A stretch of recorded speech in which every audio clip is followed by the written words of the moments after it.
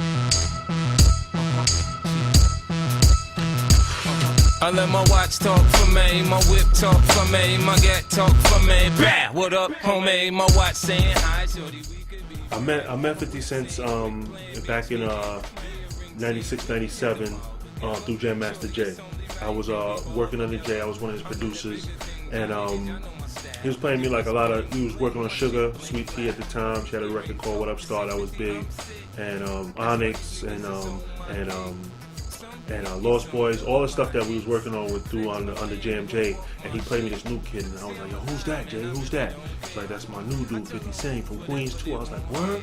He's like, you feeling him? I said, hell yeah, yo, where he at? He said, hold on, I'll be right back. So he hopped in his Land Cruiser, he went up the Conduit, grabbed Fifth, because Fifth lived off the Conduit at the time, and he came back with him. So when he came in, all of a sudden I walk outside, I see a dude, the stocky dude, he had a nice cross on, it had the quarter and the 5 nickels in the cross. I was like, wow, that's the fly. I never seen no chain like that. And from then I clicked with him. I realized how real of a head he was, and I was like, yo, I want to rock with him. I found I had to do everything independently because, you know, people doubted him, you know, and everyone was like, he's done, he's shot, he's finished, they ain't, no one is rocking with him, you know, all those cast of doubt was over him. So the independent route is for people who really believe in themselves, entrepreneurs who really feel that they got something special, and I wasn't going to let the industry tell me that this, what I was knowing was right, wasn't going to be it. So what I did was I took some of the best songs from his Power the Dollar album, then I mixed it with some of the records that I produced, you know, 50 Bars of Pleasure, Bad News, and some of the freestyles we did, and I mixed it and I put it on a CD called Guess Who's Back. I used photo shoot from XXL, so peace to them, free, and I packaged it and I put it out on Landspeed, and that was the first independent introduction from 50 since he's been shot, and then came the whole mixtape run after that. And with that energy that came with that is what Eminem was able to receive, that mixtape of Guess Who's Back, that made him call 50's lawyer and be like, yo, who the fuck, what the fuck, yo, get this guy to LA right now. So that independent route, that mentality, that no risk, no reward is what I stood by and stand for still. That independence is what if you believe in something, you gotta embrace it like that so they can believe it, and that's what I did, and that's what that independence thing was about.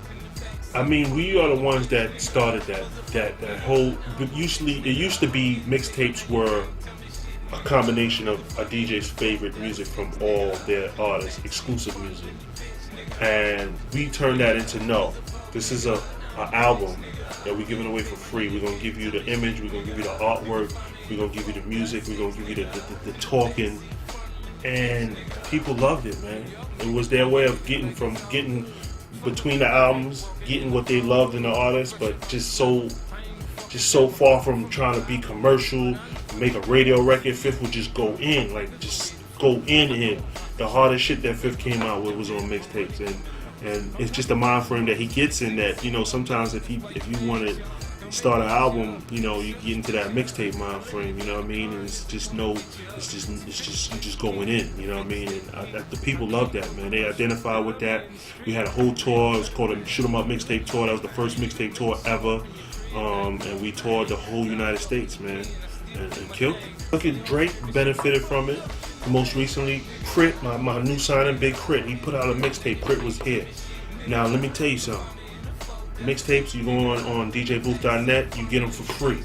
So if you on to someone and they drop a nice mixtape and they put their whole body of work on that and they put their all on it and you receive it and you like, hold up, this is hot. You ain't have to pay for it. You ain't nobody tracking you down. I pay attention online to see who's bubbling, and I just happen to meet someone who actually is like, yo, check this out. It's a way to get to the people. It's the fastest, the easiest, the most inexpensive way to get to people like me and other executives in this industry, or people in the streets, online, wherever they at, that they trying to find something that they trying to get. If they can't get it from the bootlegger in the hood, they can go online and find it. So it's an easier way, man. Instead of having to stand in front of a building and be like, yo, please listen to my demo. If you getting your buzz up, you shoot some videos, you get your people following you, your Twitters and all of that. And that mixtape is important, man. I'll never exclude the mixtape.